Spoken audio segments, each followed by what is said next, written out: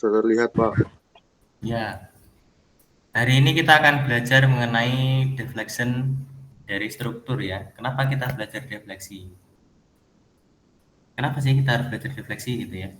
Nah, kenapa kita harus belajar defleksi? Karena memang defleksi ini bagian dari satu kesatuan kekuatan material ya. Jadi kita kemarin mungkin pernah belajar mengenai sifat fisik, sifat mekanik dari material. Nah, kalau sifat fisik itu kan berarti salah satunya adalah sifat yang berkaitan dengan properti fisika dari material. Kemudian sifat mekanik berkaitan dengan sifat ketika material itu diberikan pembebanan. Nah, kemudian efek daripada material yang mengalami pembebanan, tentunya material itu akan mengalami perubahan. Ya, perubahan itu bisa dibagi menjadi dua secara umum ya, perubahan yang bersifat elastis, kemudian perubahan yang bersifat plastis. Mungkin yang sudah pernah belajar uji tarik ya, uji tarik itu kan kalau misalnya kita menarik material itu, kemudian dia masih di bawah yield strength-nya, maka defleksinya akan kembali ke bentuk semula atau deformasinya kembali ke bentuk semula. Nah, itulah yang dinamakan sebagai deformasi elastis. Nah, sebaliknya kalau misalnya sudah di atas yield strength atau kekuatan luluhnya, maka deformasinya sudah bersifat plastis atau sudah tidak dapat kembali ke bentuk semula gitu ya. Nah, kita penting hari ini untuk membahas mengenai defleksi karena defleksi ini tentunya akan menjadi satu parameter desain yang penting untuk kita perhatikan. Misalnya kita di lapangan ya, kita di pabrik gitu ya. Kita diminta untuk mendesain suatu struktur, maka defleksinya itu kita batasi. Deformasinya kita batasi. Agar supaya apa? Agar supaya tidak mengalami kegagalan material itu. Misalnya kalian diminta untuk mendesain penyangga pipa gitu ya. Pipa 8 inci. Misalnya pipa 8 inci itu defleksinya dibatasi sebesar 1 cm ke arah vertikal gitu ya, ke arah bawah gitu kan, karena kan tertarik oleh gravitasi. Maka support-support atau penyangga pipa itu kita desain sedemikian hingga sehingga defleksi dari pipa itu tidak melebihi 1 cm. Karena mungkin kalau lebih dari 1 cm, kalian kemarin sudah belajar bending juga ya dengan Pak Imam ya, itu bendingnya akan besar gitu ya, melengkungannya akan besar, sehingga nanti pipa itu akan bisa crack atau patah gitu ya. Nah, yang kedua adalah urgensi kita belajar defleksi ini agar supaya ketika nanti kalian ingin mendalami failure analysis ya atau analisa kegagalan, kalian itu bisa memberikan gambaran ya. Sebenarnya pembebanannya seperti apa sih? Kemudian apakah ada parameter desain yang terlewati sehingga struktur ini bisa mengalami kegagalan gitu. Nah, mata kuliah kekuatan material ini memang murni metalurgi fisik ya. Jadi makanya di sini lebih banyak kita akan mempelajari mengenai metalurgi di bagian hilir ya, atau bagaimana pemanfaatan material logam itu untuk struktur dan bagaimana struktur itu kita desain dan juga ketika mengalami kegagalan bagaimana kegagalan itu bisa terjadi dan bagaimana kita mencegahnya. Jadi ini adalah mata kuliah murni KBK fisik ya. Karena kan kalau di metalurgi itu ada beberapa kelompok mata kuliah ya, ada mata kuliah metalurgi pengolahan, kemudian metalurgi ekstraksi, dan satu lagi adalah metalurgi fisik. Semua harus kita kuasai ya, karena kan kita sarjana metalurgi, ya sarjana teknik metalurgi, bukan hanya sarjana metalurgi ekstraksi, bukan cuma sarjana metalurgi pengolahan, ataupun cuma metalurgi fisik. Nah, dengan dibekali beberapa mata kuliah yang berkaitan dengan masing-masing KBK tadi, harapan kami adalah bisa mencetak generasi yang unggul di bidang metalurgi. Gitu ya. Nanti di tugas akhir juga kalian akan dites nanti mulai dari metalurgi pengolahan, metalurgi ekstraksi, dan juga metalurgi fisik. Oke, kita awali dengan pertanyaan sederhana dulu. Nah, mungkin ini anak-anak yang berasal dari luar Jawa ya, atau mungkin di Jawa tapi mungkin ketika kemarin mudik ke kampung halaman atau balik lagi ke Jogja kemarin menggunakan pesawat. Mungkin ada yang pernah naik Boeing, ada yang pernah naik Airbus ya mungkin ya. Ini kira-kira apa yang menarik dari pesawat ini nih? Padahal pesawat ini tuh gede ya, tapi bisa terbang gitu ya. Nah, kenapa sih pesawat bisa terbang gitu ya? Nah, pesawat ini itu bisa terbang itu karena ada perbedaan kecepatan angin yang melewati sayap pesawat gitu. Nah, berdasarkan hukum Bernoulli itu kan hukum yang menyatakan bahwasanya perubahan tekanan dan perubahan kecepatan itu saling berkaitan. Nah, pada sisi atas sayap pesawat itu memiliki kecepatan yang lebih tinggi ya dibandingkan dengan sisi yang di bawahnya. Pada sisi atas itu kenapa kecepatan bisa lebih tinggi? Karena bentuknya airfoil. Nah, silakan nanti kalian coba lihat ya. Bentuk airfoil itu seperti apa sih gitu ya.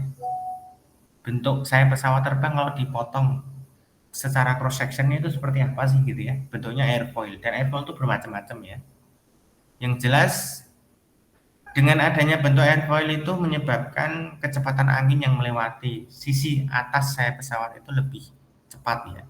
Sehingga karena lebih cepat, maka tekanan di sisi atas itu lebih rendah dibandingkan di bawah.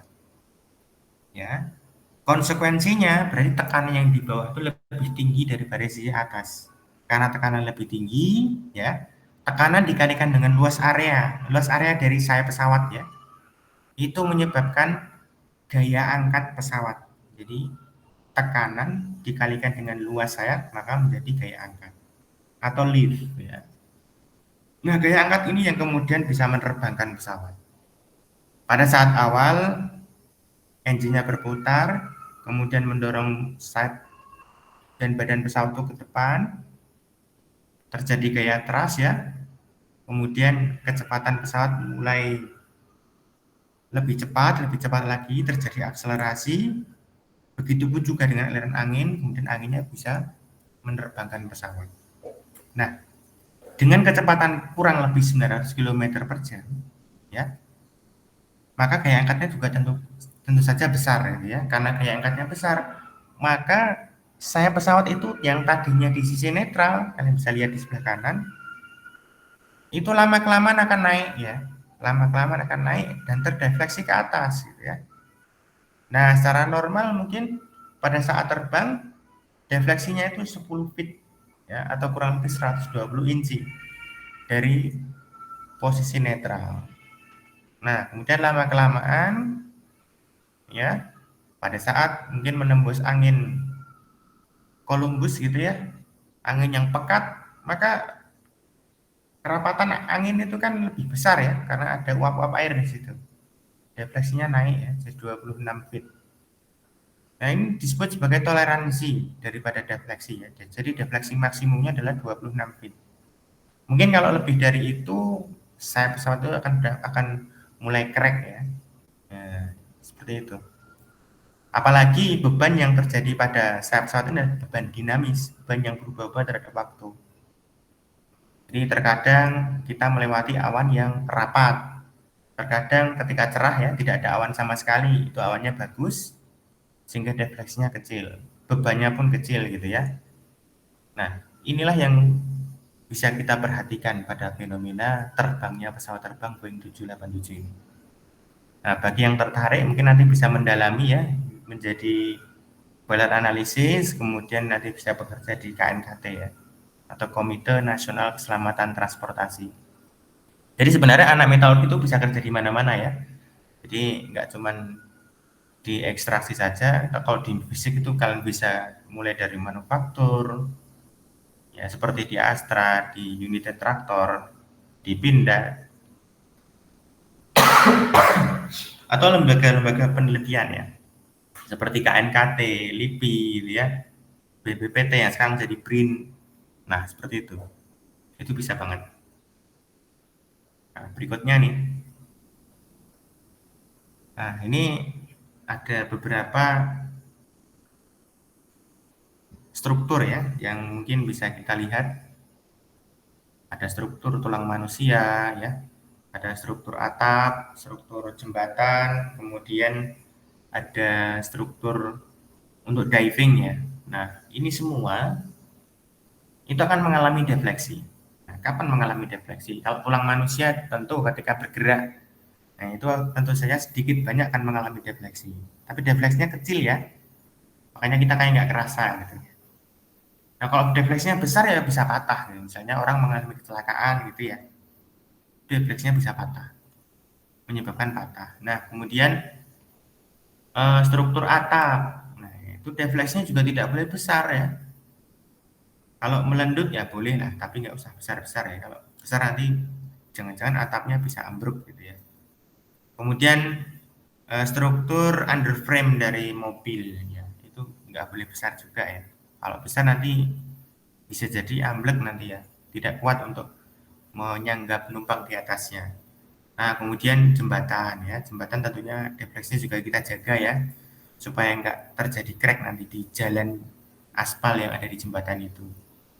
Nah, kemudian untuk struktur untuk diving ya, untuk diving itu mungkin bisa ini, bisa banyak ya defleksinya, tapi dia lentur ya sifatnya.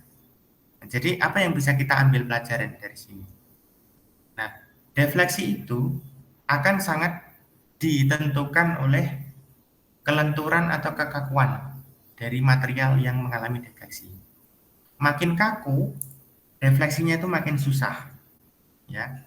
Makin lentur, maka defleksinya itu makin gampang dan tidak mudah patah. Sebagaimana material brittle dan material ductile ya. Kalau ductile itu lebih gampang terdefleksi, tapi dia tidak mudah patah atau ulet ya.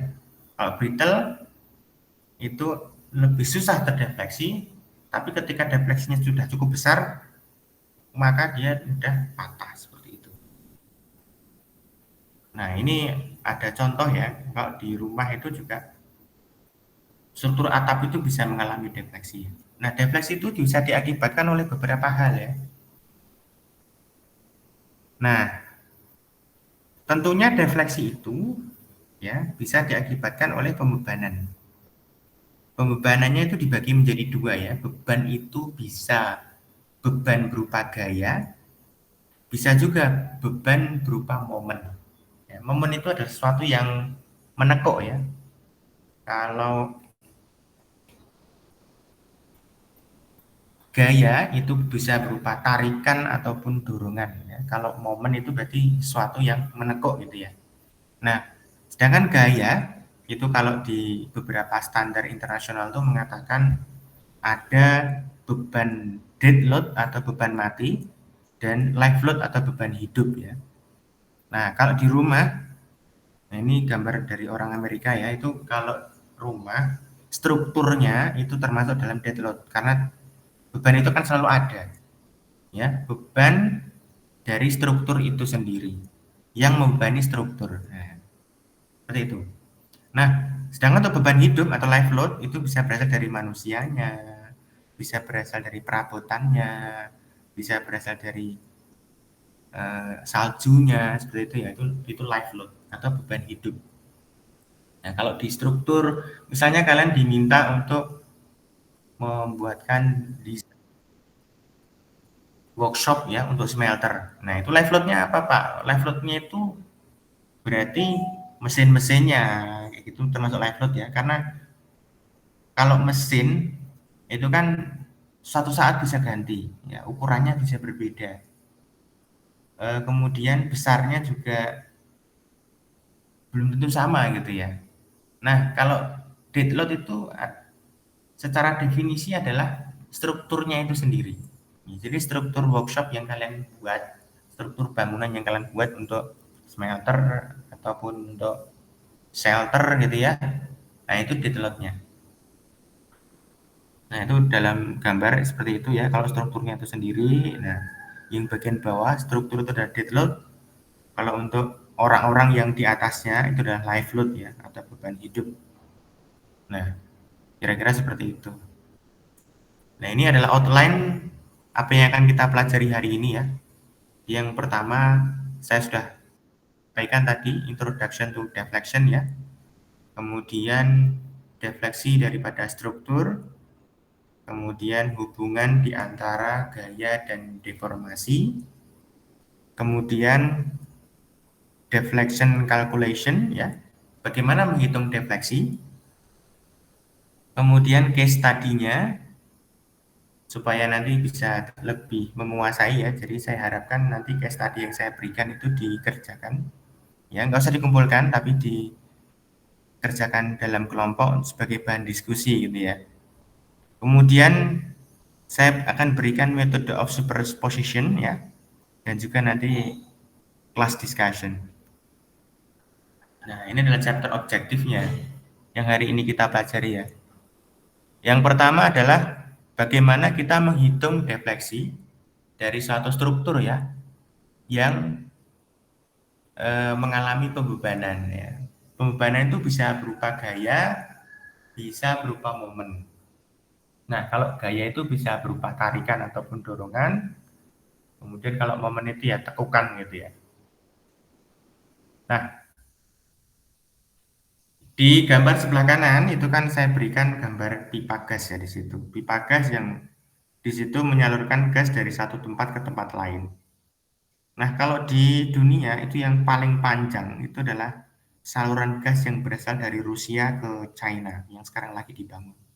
Kalau kemarin Rusia itu memiliki Nord Stream pipeline ya, atau aliran Eropa Utara yang berasal dari Rusia kemudian disalurkan ke negara-negara Uni Eropa seperti UK, kemudian Jerman dan lain-lain ya.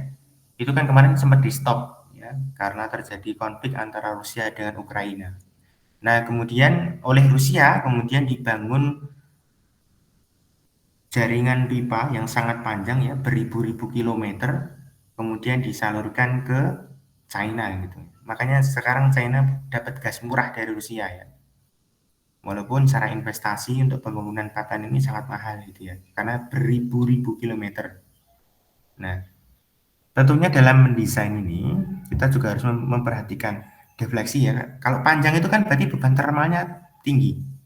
Ya, kalian sudah pernah mempelajari di fisika dasar, di SMA juga pernah dipelajari bahwasanya ketika pipa atau bahan logam itu diberikan panas dari luar atau mengalami perubahan suhu, maka suatu logam itu dapat memanjang ataupun memendek ya dengan koefisien muai, panjang, luas, dan volume tertentu. Nah, oleh karena itu ketika memanjang ya, pipa yang memanjang itu tentunya dia akan mengalami defleksi. Kenapa mengalami defleksi? Karena seolah-olah kalian menekan dari satu ujung dengan ujung lain kalian tekan sehingga terjadi defleksi pada pipa. Jadi pipanya itu kayak buckling ya, kayak terdorong ke tengah gitu ya. Belum lagi dengan gaya gravitasi yang menarik ke bawah. Jadi ada kombinasi pembebanan di situ. Kalian kemarin juga sudah belajar mengenai stress transformation, kemudian ada juga jenis-jenis pembebanan ya, ada beban tarik, tekan, puntir atau torsion, ada beban bending. Nah, saya harapkan dari materi yang sudah dipelajari di materi-materi sebelumnya itu bisa kalian aplikasikan nantinya di sini. Karena untuk menghitung defleksi kalian harus paham dulu mengenai bagaimana diagram momen, bagaimana diagram shear gitu ya, yang kemudian itu akan bisa menjadi dasar kalian belajar di defleksi ini. Nah, di pertemuan yang akan datang kita akan belajar mengenai stres pada pipa ya, stres pada pressure vessel atau bejana tekan, dan nanti kita akan berikan beberapa studi case ya, yang nanti saya harapkan bisa dikerjakan di dalam kelompok, dan nanti di 2 pertemuan terakhir kita bisa bahas bersama-sama ya. Nanti materi di setelah UTS ini akan banyak dengan saya ya, jadi tolong perhatikan kuliah ini dengan baik-baik. Nah, saya lihat tadi di Spada itu banyak ya yang ikut di kelas A ini sebenarnya ya, tapi yang ikut kayaknya baru separuh ini. Nah, saya harapkan nanti yang nggak ikut bisa belajar dari yang sudah ikut di kelas, dan nanti materi akan saya berikan ya ke teman kalian nanti agar supaya bisa dipelajari ya.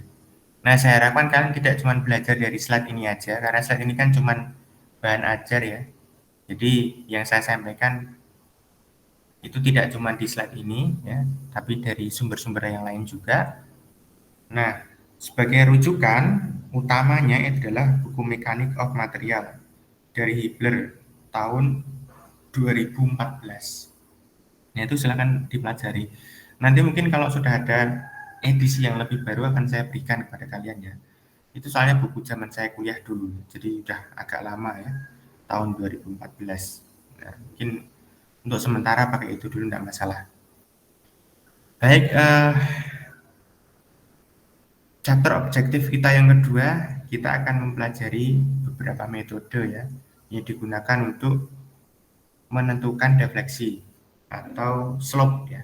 Jadi defleksi dan slope yang terjadi pada suatu titik tertentu yang kita tinjau di struktur yang kita amati gitu ya.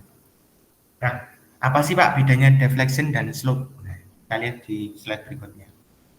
Nah, sekarang defleksi dulu. Nah, defleksi dari suatu struktur itu memiliki tujuan untuk menjaga integritas dan stabilitas dari suatu struktur dan mencegah crack yang terjadi terutama pada material brittle ya, seperti konkrit ya atau beton ya, ataupun pada gelas atau kaca ya. Nah, untuk selanjutnya ada beberapa code atau standar internasional yang memang digunakan sebagai rujukan untuk membatasi defleksi ini gitu ya. Nah, kalau kita lihat pada ilustrasi gambar yang sebelah kanan, itu saya berikan cantilever beam di situ. Batang cantilever itu berarti adalah suatu struktur batang cantilever ya, struktur batang tertentu yang dijepit pada salah satu ujungnya. Nah, di situ digambarkan bahwa batang cantilever itu mendapatkan pembebanan dan kemudian mengalami defleksi ya sebesar delta gitu ya. Panjangnya L kemudian mengalami defleksi sebesar delta. Nah, defleksinya itu ke arah Y, ke arah Z ya, Z negatif gitu ya.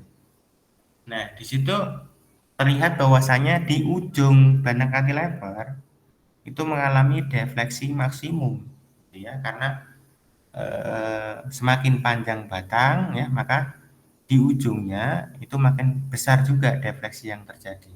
Nah, defleksi ini tentunya kita coba imajinasikan ya, kalau misalnya defleksi sebesar itu kira-kira patah enggak ya? Nah, tentunya kan patah ya. Nah, tentunya akan patah. Oleh karena itu, defleksi ini perlu kita jaga supaya defleksinya tidak terlalu besar. Nah, kemudian untuk yang simply supported beam ya, itu juga sama ya. Defleksinya itu paling besar di tengah. Ya, karena di ujung-ujungnya itu disupport semua. Jadi yang di tengah itu yang paling besar. Nah, kemudian untuk yang dijepit di kedua ujungnya juga sama. Itu yang paling besar defleksinya di tengah ya. Jadi yang pertama kali untuk kita lakukan ketika kita ingin menganalisis mengenai defleksi itu adalah kita harus memvisualisasikan dulu, minimal kita imajinasikan gitu ya.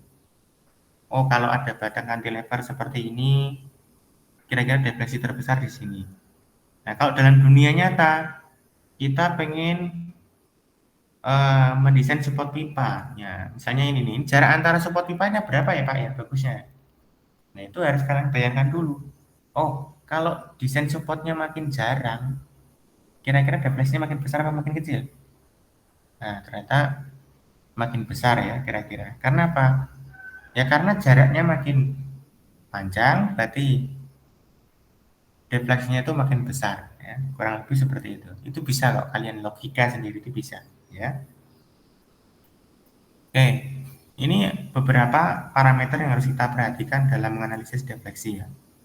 Nah, tentunya yang pertama adalah penyebab defleksi itu sendiri. Penyebab defleksi itu apa? Pembebanan atau loading. Loadingnya itu bisa berupa force, gaya, bisa berupa momen. Nah, kalau gaya itu bisa berupa tarikan maupun dorongan. Nah, itu pada gambar A, di situ terlihat ya, ada gaya sebesar P yang digambarkan di situ menekan batang yang dijepit pada sisi kiri dan kemudian ditopang dengan menggunakan roller pada titik M. Ya, di situ pada titik M di situ ya. Di situ M itu sebagai titik dan juga menggambarkan momen juga di situ. Nah, yang kedua apa? Yang kedua adalah material modulus of elasticity atau modulus Young. Nah, modulus Young ini bisa kita sebut juga sebagai modulus kekakuan. Ya. Kalau makin besar ya kekakuan material, tentunya kita bisa melogika akan lebih susah untuk berdefleksi, akan lebih susah untuk ditekuk, akan lebih susah untuk patah, gitu ya. Kira-kira seperti itu. Nah, kemudian yang ketiga adalah momen inersia luas atau momen inersia pada netral axis. Nah, netral axis ini kalian sudah mempelajari di materi bending ya, bahwasanya netral axis ini adalah satu sumbu yang dimana pada sumbu itu tidak terjadi tegangan tarik maupun tegangan kompres gitu ya. Jadi di situ benar-benar sebagai eksis gitu ya, atau sebagai sumbu. Jadi tidak mengalami tarikan maupun dorongan pada saat terjadi tekuk atau bending. Nah, kemudian parameter ketiga ini itu sama ya, kira-kira dengan yang modulus of elasticity ini. Jadi makin besar inersia luasnya, maka dia makin susah untuk ditekuk karena makin kaku gitu ya. Nah, untuk data modulus elastisitas, data momen inersia luas ini bisa kalian cari di buku Hibler itu juga ada ya, beberapa di Kalister itu juga ada, Material Science and Engineering itu ada ya di bukunya Kalister ya. Buku Metalurgi Fisik itu menggunakan Kalister ya salah satunya. Itu kalian bisa lihat di situ ada data mengenai material modulus of elasticity. Dan juga untuk yang momen inersia luas itu ada di buku Hibler ini, Mechanics of Material. Kalian bisa cari, oh kalau misalnya bentuknya I-beam, bentuk I-beam itu berarti yang berbentuk I gitu ya, beam yang berbentuk I, biasanya untuk gedung-gedung tinggi ya, atau untuk struktur-struktur pabrik itu biasanya menggunakan I-beam dan juga H-beam. Mungkin nanti kalian akan lihat secara nyata itu ketika KP, nanti di pabrik-pabrik smelter, pabrik besar-besar petrokimia, pabrik-pabrik kilang gitu ya. Mungkin ada yang nanti KP di Pertamina, ada yang KP di smelter. Kan akan lihat bahwasanya I-beam, kemudian H-beam itu banyak digunakan di situ ya. Kenapa I-beam dan H-beam banyak digunakan? Karena memiliki momen inersia yang besar ya. Momen inersianya besar sehingga material itu kaku. Kalau kaku sehingga tidak mudah untuk terdefleksi. Gitu. Karena defleksi ini kita tidak inginkan gitu ya. Makanya defleksi ini kita batasi, kalau bisa bahkan tidak ada defleksi. Tapi kan nggak mungkin ya, struktur tidak mengalami defleksi itu nggak mungkin. Kenapa? Karena material itu ada batasan kekuatannya, sehingga pasti akan mengalami defleksi. Ya walaupun kecil gitu ya. Kemudian yang keempat, parameternya adalah panjang daripada struktur itu sendiri. Nah, logikanya kalian coba bayangkan kalau kalian menekuk penggaris. Ada penggaris ukuran 20 cm, ada penggaris ukuran 30 cm, ada penggaris berukuran 40 cm. Nah, Makin panjang penggaris, maka ketika kalian tekuk atau ketika kalian dorong di tengah kan lebih eh, gampang untuk ditekuk gitu ya. Nah, kenapa lebih gampang? Karena dia makin lebih panjang. Ya, jadi makin makin panjang suatu beam atau satu struktur itu makin gampang untuk terdefleksi.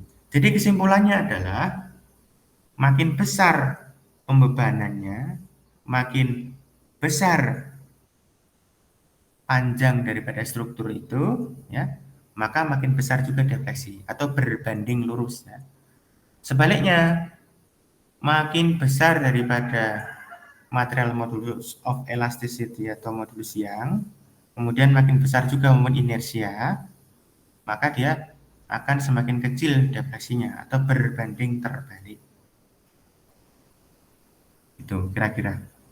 Nah, saya akan perkenalkan beberapa parameter ya ketika kita melihat free body diagram dari suatu batang atau suatu struktur yang kita amati defleksinya. Pada gambar A, di situ terdapat notasi V kecil. Nah, V kecil di situ adalah defleksi, ya. Defleksi itu digambarkan sebagai V kecil notasinya. Kemudian W kecil di situ adalah loading, ya. Loadingnya di situ kebetulan berupa force atau gaya, ya. Di situ karena ada beberapa garis ke bawah, artinya gayanya itu terdistribusi. Nah, gayanya terdistribusi dengan besaran gaya yang berbeda-beda. Di sebelah kanan distribusinya lebih besar ternyata ya daripada di sebelah kiri. Kemudian di situ ada sumbu X yang digambarkan dari kiri ke kanan. Kemudian ada elemen kecil yang kita amati di gambar B dengan panjang dx. Kemudian memiliki slope, ya kemiringannya adalah theta di situ. Kemudian memiliki pembebanan berupa gaya sebesar P dan momen sebesar M.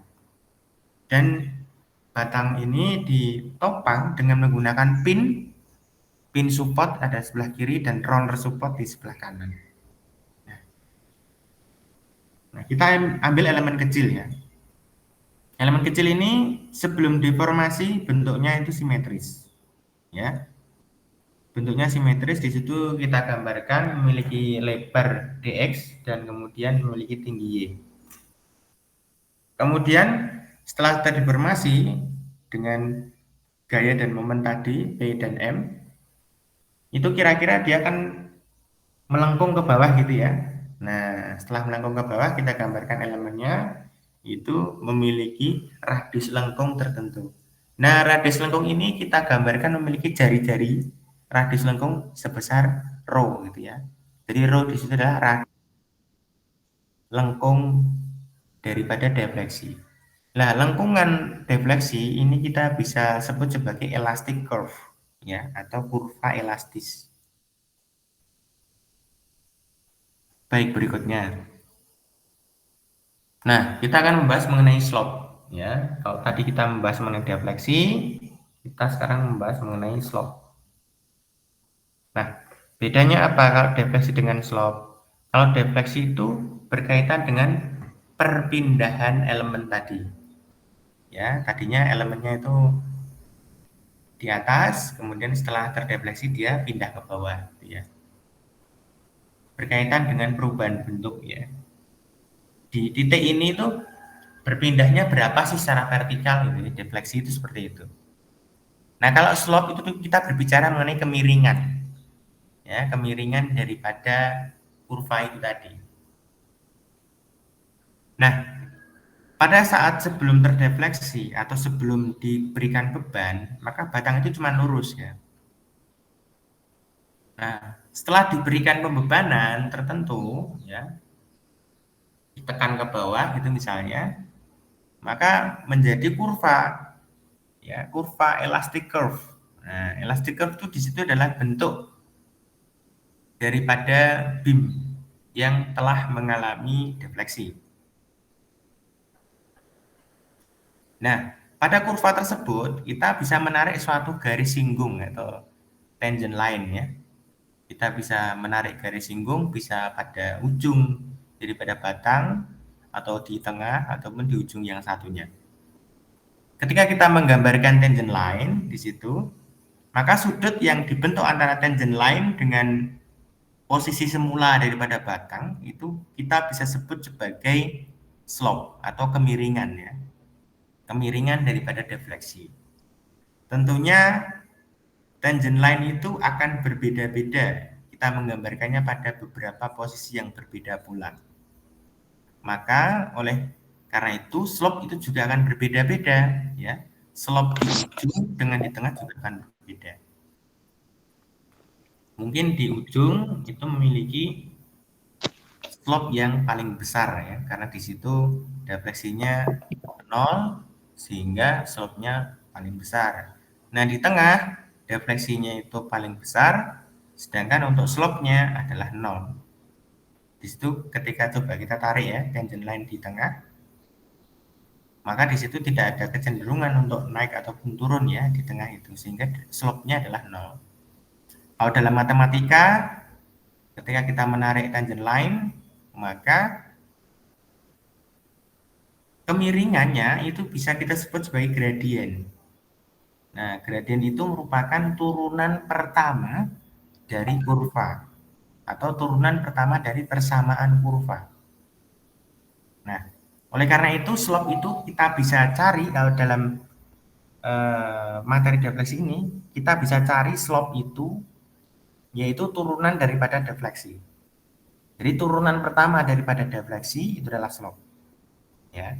Mungkin waktu matematika dasar banyak yang bertanya, Pak, kenapa kita belajar mengenai turunan dan juga integral, dan ternyata salah satu penerapannya adalah di kekuatan material ini. Gitu ya.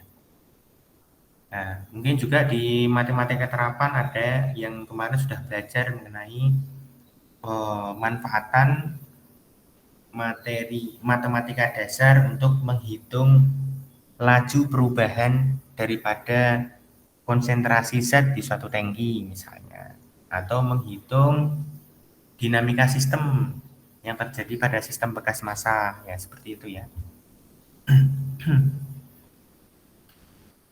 Oke. Tadi sudah kita gambarkan ada elastic curve ya, ada slide sebelumnya. Kemudian saya berikan pemahaman sedikit lagi mengenai defleksi ya, bahwasanya defleksi itu adalah jarak vertikal ya. Jarak vertikal yang diperoleh dari neutral position atau posisi sebelum terjadi pembebanan dengan posisi yang sudah terdefleksi. Itu jaraknya berapa gitu ya. Tentunya jarak ini akan berbeda-beda ya, jarak vertikal ini. Tergantung kita meninjaunya di sebelah mana. Apakah di ujung, apakah di tengah atau di tempat lain gitu ya. Nah, seperti itu.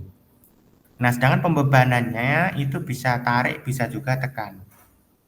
Ya, yang digunakan untuk menekuk daripada struktur ini. Nah, ada konvensi yang mungkin kita bisa perhatikan bahwasanya kalau untuk menekuk ke arah bawah gitu ya, sehingga batangnya itu terdefleksi ke bawah, itu maka momennya positif. Tapi ketika kita tekuknya ke arah atas gitu ya, itu momennya negatif. Tolong diperhatikan. Jadi ada menekuk ke bawah dan menekuk ke atas. Ya gitu ya. Nah, besaran daripada defleksi ini tadi sudah saya jelaskan itu berbanding terbalik dengan kekakuan. Ya.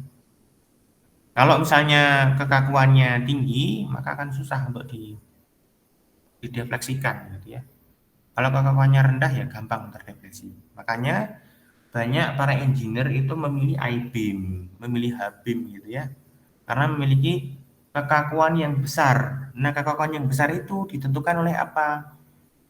Oleh modulus yang besar dan juga I atau momen inersia luas yang besar.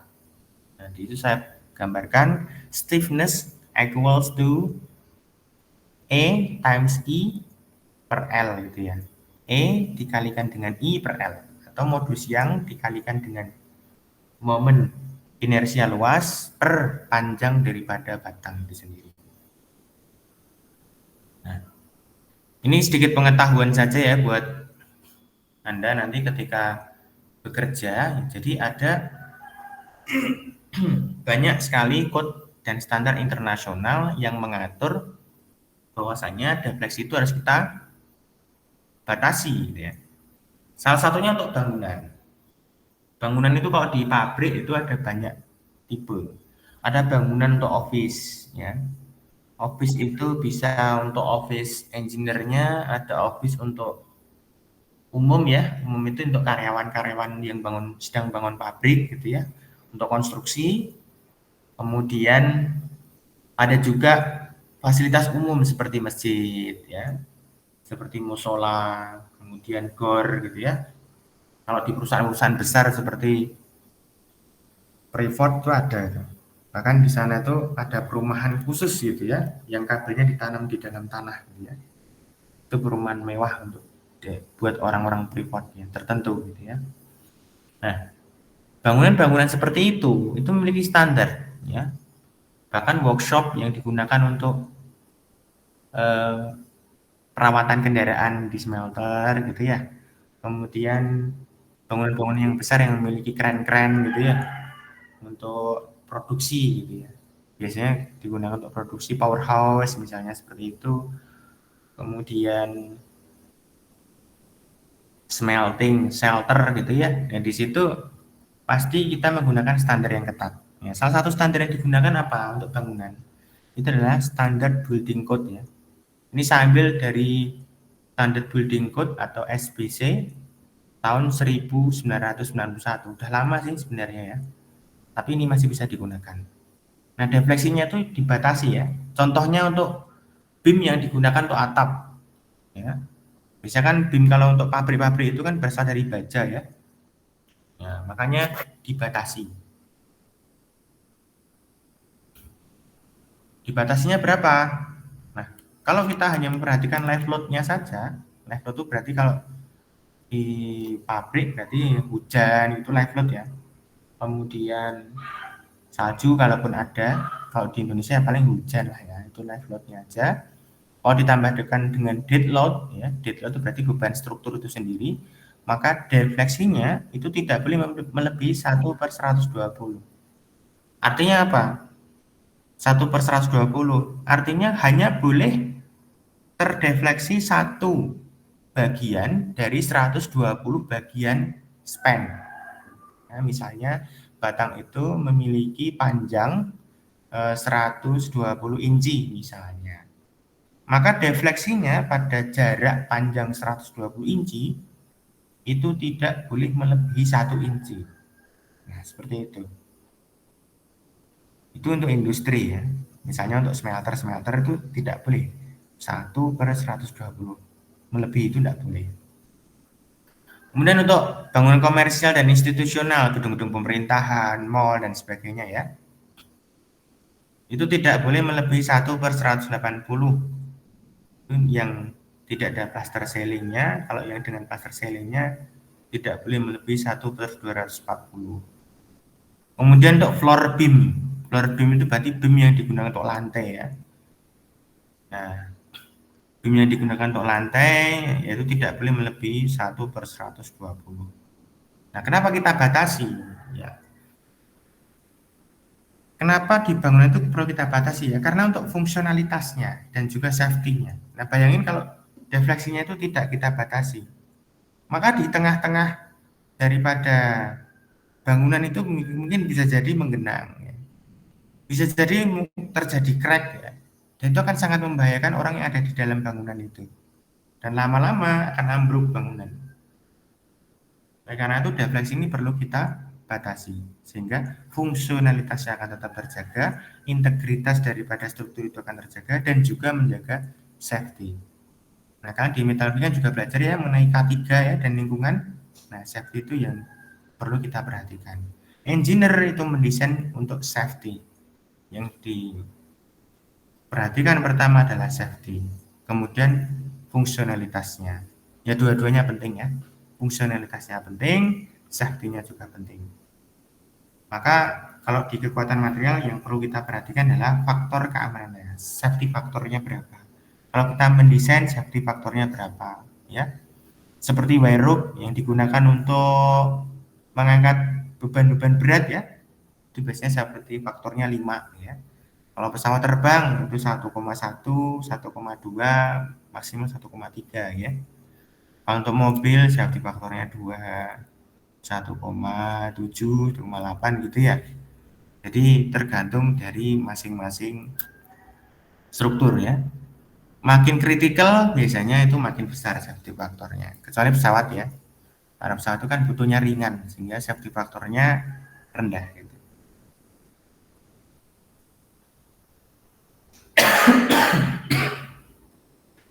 Nah ini saya sharing sedikit ya. Kalau untuk defleksi itu tidak selamanya dibatasi dengan angka berapa banyaknya defleksi yang diizinkan. Tapi ada juga yang dia memakai angka span ya. Jadi span itu yang dibatasi adalah panjangnya, struktur berarti ya. L-nya yang dibatasi, bukan defleksinya. Kalau kita melihat di sini ada beberapa parameter yang menyebabkan defleksi ya. Ada force atau momen, kemudian ada modulus yang, kemudian ada momen inersia luas, ada juga L-nya. Maka di sini yang dibatasi pada bidang migas dan bidang pembangkitan ya, itu adalah L-nya atau panjang strukturnya yang dibatasi. Karena menurut American Society of Mechanical Engineers ya, itu kode dan standar yang sangat terkenal ya di bidang migas. Nah, kalau kita mengukur defleksi di lapangan itu susah. Nah, kita pengen melihat netral positionnya di mana kan susah. Oleh karena itu, akan lebih gampang kita mengukur adalah panjang strukturnya. Ya, panjang struktur itu diukur dari satu penyangga ke penyangga lain. Kalau pipanya panjang berkilo-kilometer, itu di antara penyangga dengan penyangga itu diukur. Nah, dibatasi jadinya panjangnya. Misalnya untuk pipa kompres air gitu ya. Kompres air itu ya pipa untuk ini biasanya pipa kompres air itu untuk utilitas pada flotasi itu kan pakai kompres air ya. Jadi untuk membuat gelembung-gelembung pada tangki flotasi itu kan menggunakan kompres air atau udara bertekanan ya yang dimasukkan ke dalam tangki. Itu biasanya pipanya sekitar 1 inci sampai dengan 1,5 inci. Nah paling besar ya 1,5 inci lah kurang lebih ya.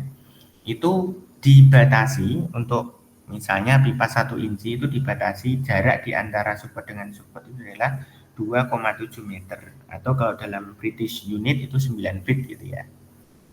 Kemudian misalnya kita pakai pipa utilitas air ya di gedung-gedung pakai yang 3 inci, 4 inci, maka jarak di antara penyangga itu maksimum adalah 5,2 meter gitu ya. Nah, misalnya kita pakai pipa gas ya digunakan untuk burning pada proses pengeringan nikel, latrit ya. Itu kan menggunakan natural gas ya. Misalnya kita pakai yang 8 inci. Kalau pakai 8 inci, maka jarak di antara supportnya itu paling besar adalah 7,3 meter. Atau kalau dalam British unit itu 24 feet. Seperti itu. Nah, mungkin nanti ketika kalian KP akan bisa menemukan hal-hal seperti ini ya. Jadi lebih praktikal, lebih tergambar gitu ya. Ini nggak ngawang gitu ya. Kalau di kuliah mungkin hanya dasar-dasarnya saja. Nanti pengembangan selanjutnya kalian bisa pelajari sendiri di lapangan, kira-kira seperti itu. Nah, tujuannya apa? Itu untuk menjaga structural integrity, functionality, and safety. Ya, seperti itu. Nah, ini kita masuk ya ke mathematical relation. Mathematical relation between force and deformation. Nah, hubungannya apa di antara gaya dan deformasi? Oh, ternyata hubungan secara matematisnya itu adalah hubungan kalkulus ya. Kalau kalkulus ini kan isinya cuma dua. Kalau nggak integral ya diferensial gitu ya. Kalau kalian paham betul di matematika dasar, tentunya di materi-materi tingkat atas ya termasuk kekuatan materi kan akan gampang juga untuk nanti mengerjakan ya. Karena nanti materi-materi yang lain ya sebenarnya itu ya berkaitan dengan kalkulus juga gitu ya, termasuk kekuatan material ini gitu ya. Nah, terutama defleksi. Nah, di dalam defleksi ini hubungannya apa di antara force dan deformation? Nah, di sini force itu kita gambarkan sebagai load ya atau pembebanan. Nah, pembebanan di situ kita notasikan sebagai W per EI. W itu di situ adalah distributed load ya per EI. Kemudian shear. Shear itu hubungannya adalah integral daripada WdX atau integral dari load dikalikan dengan dx. Nah, shear akan menjadi V per EI. Momen itu kita integralkan dari V dx sehingga menjadi M per EI. Kemudian untuk slope atau theta ya, atau kemiringan daripada elastic curve atau bentuk daripada defleksi tadi itu adalah integral M per EI dx menjadi dy per dx ya. Kemudian kita integralkan lagi integral dari theta dx menjadi deflection atau y gitu ya. Kalau dari University of Michigan di sini digambarkan bahwa defleksi itu dinotasikan sebagai y karena memang arahnya vertikal gitu ya, arah y. Nah, tapi di buku Hibbeler Mechanics of Material itu digambarkan bahwasanya defleksi itu dinotasikan sebagai V, V kecil gitu ya. Jadi kesimpulannya apa? Kesimpulannya gaya yang menyebabkan defleksi itu ketika kita integralkan sebanyak 4 kali itu akan menghasilkan defleksi. Kita integralkan 3 kali itu akan menghasilkan kemiringan atau slope. Ya, sebaliknya dari defleksi itu kita bisa turunkan pertama akan menjadi slope dan slope kita turunkan akan menjadi momen yang menyebabkan defleksi. Nah, kira-kira seperti itu. Nah, ini yang perlu kita perhatikan ada sign convention. Ya, jadi untuk momen yang menyebabkan menekuknya satu struktur ke bawah itu positif, kalau menekuknya ke atas jadi negatif gitu ya. Kalau untuk shear konvensi seperti itu, kalau yang sebelah kiri ke atas itu positif, yang sebelah kanan justru yang turun yang positif gitu ya. Ini yang perlu kita perhatikan. Sign convention ini sudah jadi kesepakatan ya di antara para ilmuwan zaman dulu, terutama orang yang berkaitan dengan solid mechanics atau mekanika benda padat itu menurunkan rumus-rumus ini menjadi seperti itu ya. Nah, berikutnya bagaimana sih kita menghitung defleksi gitu ya. Nah, sebelumnya saya akan berikan basic konsepnya terlebih dahulu. Jadi konsep dasar daripada defleksi ini itu menggunakan beberapa asumsi. Jadi asumsi pertama, analisis yang digunakan itu adalah statik. Ya, statik itu artinya adalah the load is always constant. Ya, load-nya itu selalu tetap tidak akan berubah terhadap waktu. Jadi misalnya kita ada batang cantilever ya, kemudian kita berikan pembebanan, maka pembebanan itu tidak akan berubah terhadap waktu. Misalnya 2 Newton ya 2 Newton terus gitu ya. 5 Newton 5 Newton terus gitu ya. Jadi kita analisis secara statik. Ataupun kalau berubah terhadap waktu, kita menganalisisnya pada saat juga efeknya seperti apa defleksinya terhadap struktur kayak gitu. Ya, kalau kita menganalisis secara komprehensif tentunya kita tidak memakai static analisis tapi menggunakan dynamic analysis atau kita menggunakan fatigue analysis ya, analisis fatigue atau analisis lelah gitu ya, kelelahan yang terjadi pada struktur. Kemudian yang kedua, analisis materialnya itu adalah homogen. Jadi perubahan yang terjadi pada the whole structure itu homogen ya. Homogen itu artinya komposisi kimianya sama, kemudian dislokasinya juga seragam seperti itu ya, itu homogen ya. Materialnya tidak ada perbedaan satu dengan yang lainnya. Walaupun pada faktanya itu tidak homogen atau heterogen ya, tapi kita asumsikan materialnya itu homogen. Kemudian the behavior of material is linearly elastic. Hubungannya linear ya. Jadi misalnya kita berikan 2 Newton, misalnya defleksinya 2 mikron atau 2 mili gitu ya. Maka ketika saya tambahkan menjadi 2 kali lipatnya, ya otomatis defleksinya juga menjadi 2 kalinya gitu ya. Nah, itu disebut hubungannya linearly elastic gitu ya. Nah, kemudian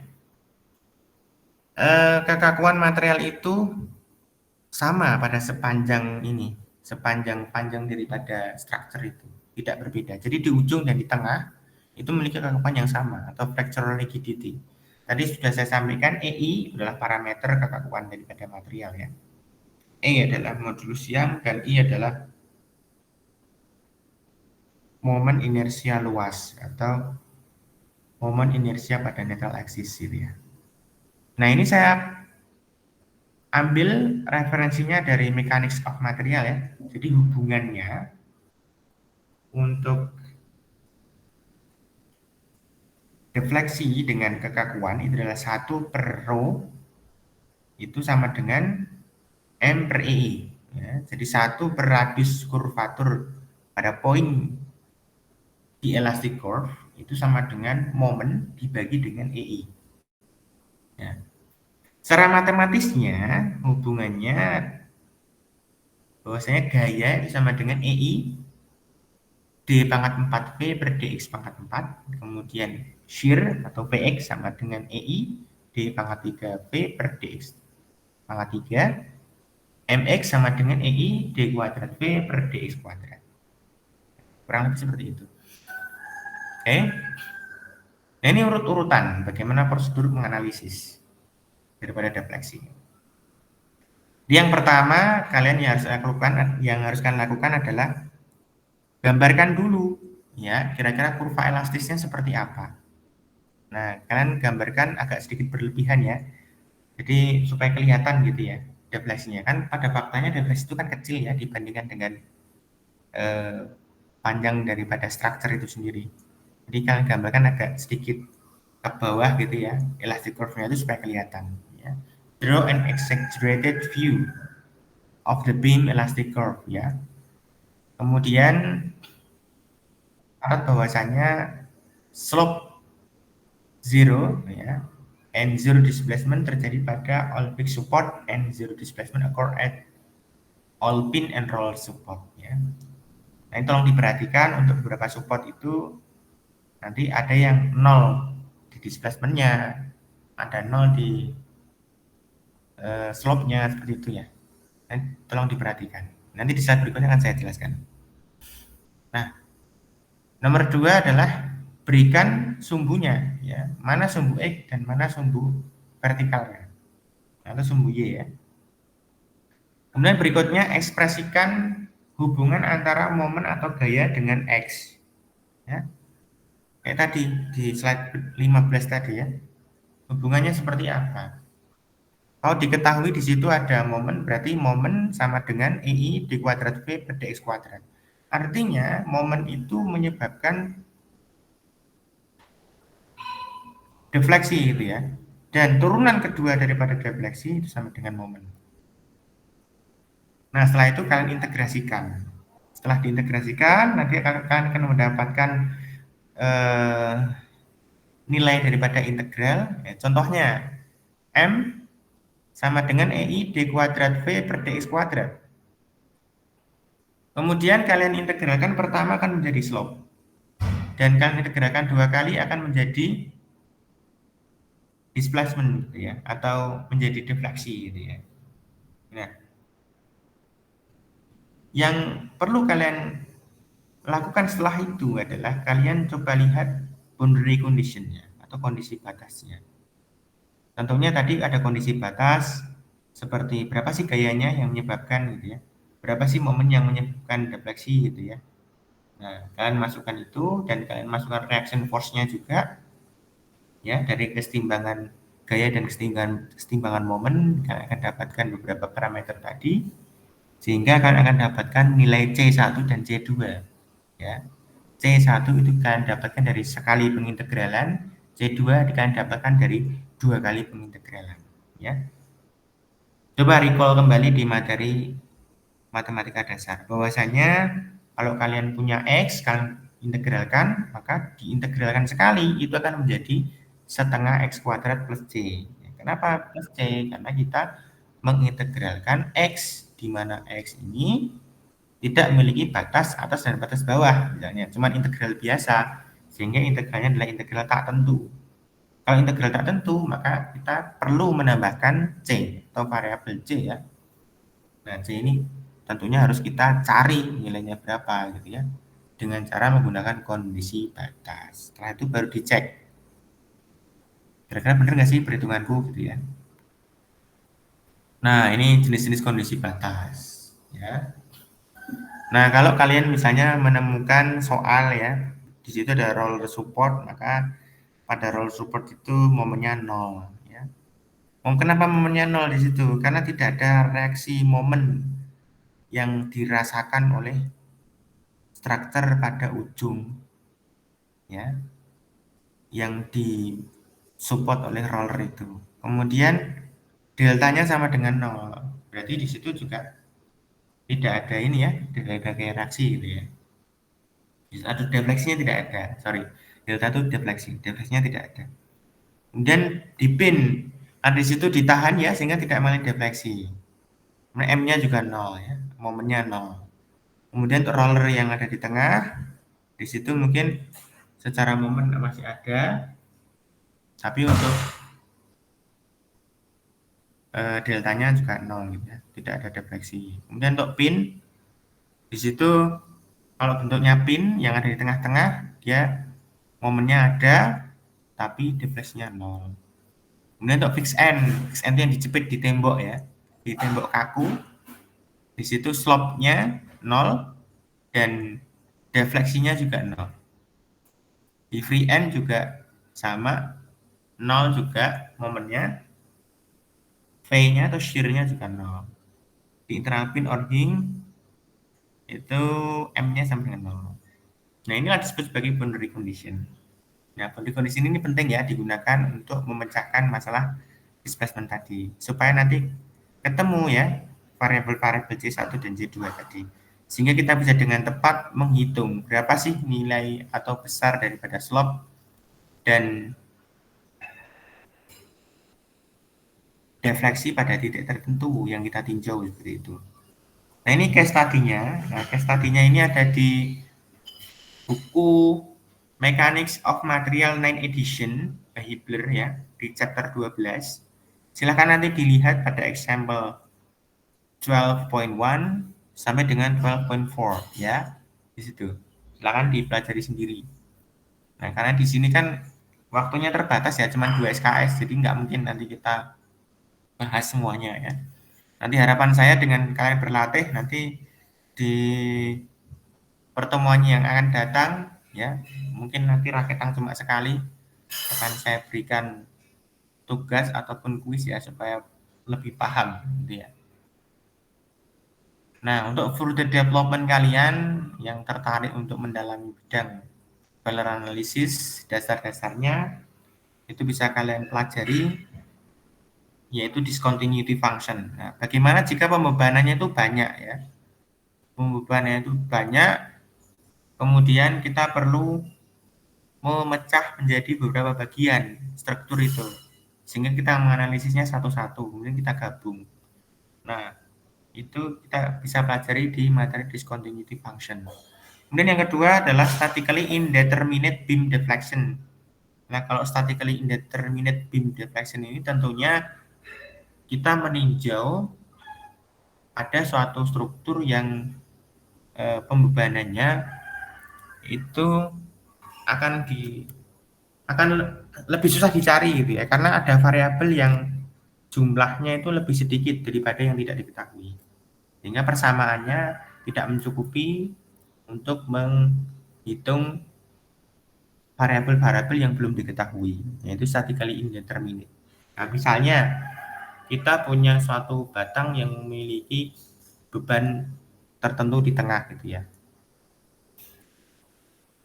kemudian ditopang oleh 2 support yang ada di tengah dan ada di samping gitu ya.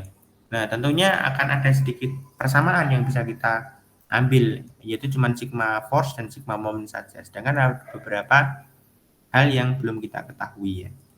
Nah, itu tentunya membutuhkan trik-trik tertentu ya, apakah kita menggunakan energi method, apakah menggunakan area method dan sebagainya.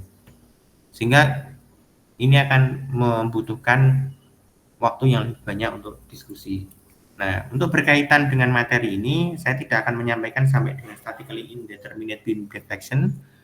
Ya, untuk teknik metalurgi cukup sampai dengan dasar-dasar daripada deflection saja ya. Tidak sampai dengan discontinuity function maupun statically indeterminate beam deflection. Jadi yang saya sampaikan statically determinate saja ya. Statically determinate beam deflection saja. Nah, saya tambahkan sedikit lagi yaitu superposition ya. Kalau superposition ini berkaitan dengan statically determinate beam deflection tadi. Cuma karena memiliki beberapa pembebanan ya, sehingga kita perlu strategi. Bagaimana sih untuk mengerjakannya gitu ya. Nah, di sini penjelasannya ketika ada suatu pembebanan yang berhubungan secara linear ya dengan deflection, kemudian load-nya itu tidak membuat defleksi yang secara signifikan mengubah daripada geometri beam, maka kita bisa menambahkan defleksi ya yang diakibatkan oleh 2 jenis pembebanan tadi. Sebagai contoh, nah misalnya ini ada satu batang cantilever yang sangat panjang ya, kemudian dia memiliki 2 support ya. Supportnya itu adalah pin, nah seperti ini pin, kemudian roller. Nah kemudian batang ini masih ada satu lagi di sini misalnya, dan diberikan pembebanan di sini P.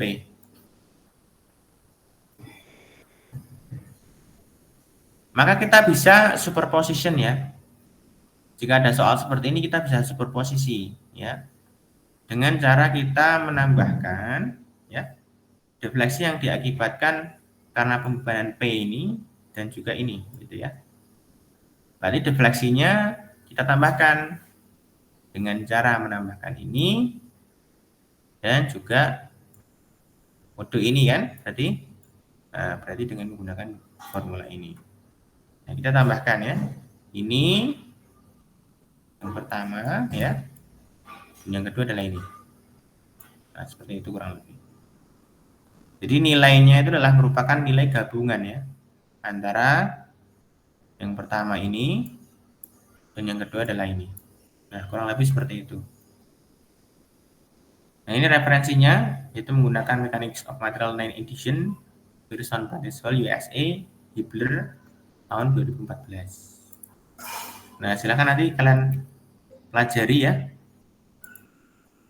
Apa yang sudah saya sampaikan itu kalian pelajari di rumah masing-masing. Nah, silakan untuk kelas ini dibagi menjadi beberapa kelompok ya. Nanti supaya di pertemuan yang akan datang nanti kita bisa share studi case-nya.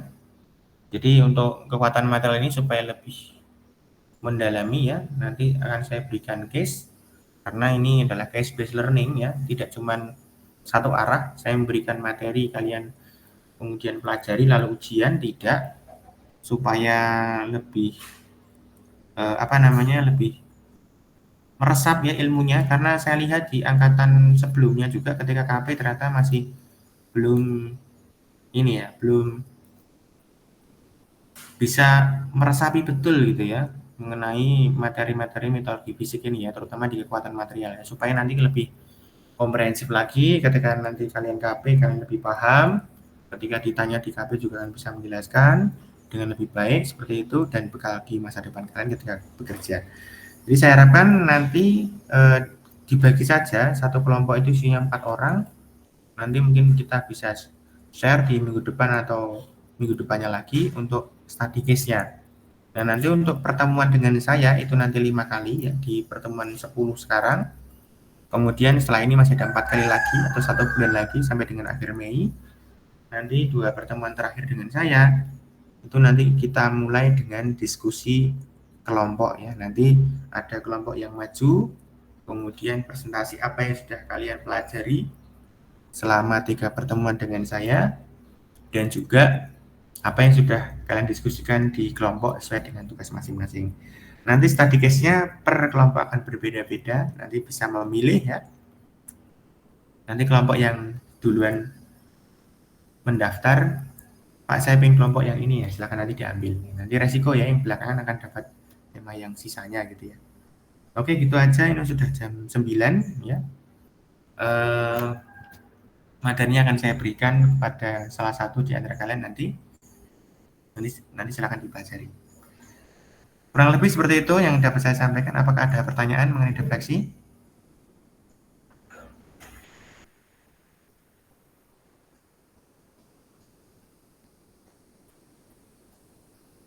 Tidak ada sepertinya, Pak. Oke, Mas Adi tidak ada. Baik.